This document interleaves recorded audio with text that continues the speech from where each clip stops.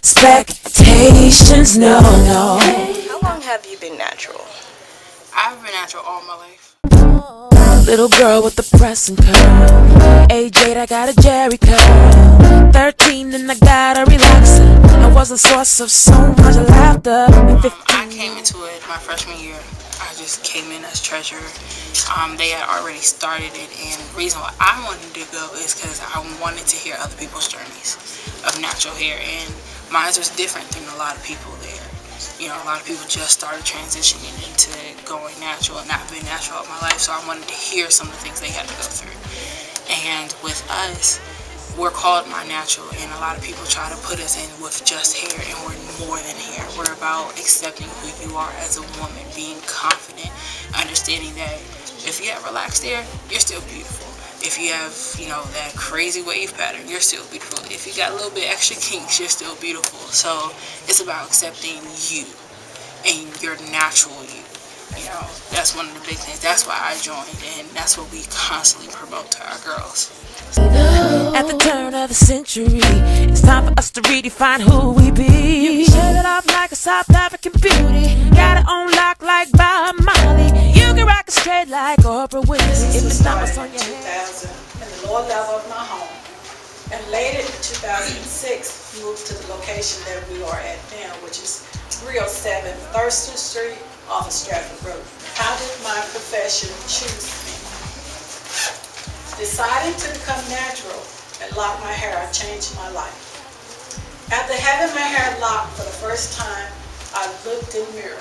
This is where I was at a salon. I looked in the mirror at my beautiful new twist.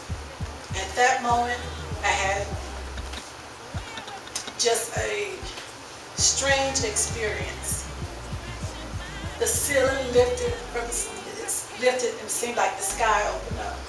The same things people think you can do with relaxed hair, you can do with natural hair, and there's actually more options. You know, you can have a blowout. I had pressing curls growing up. I was still natural. You would not be able to tell that I had a pressing curl. I've had weaves.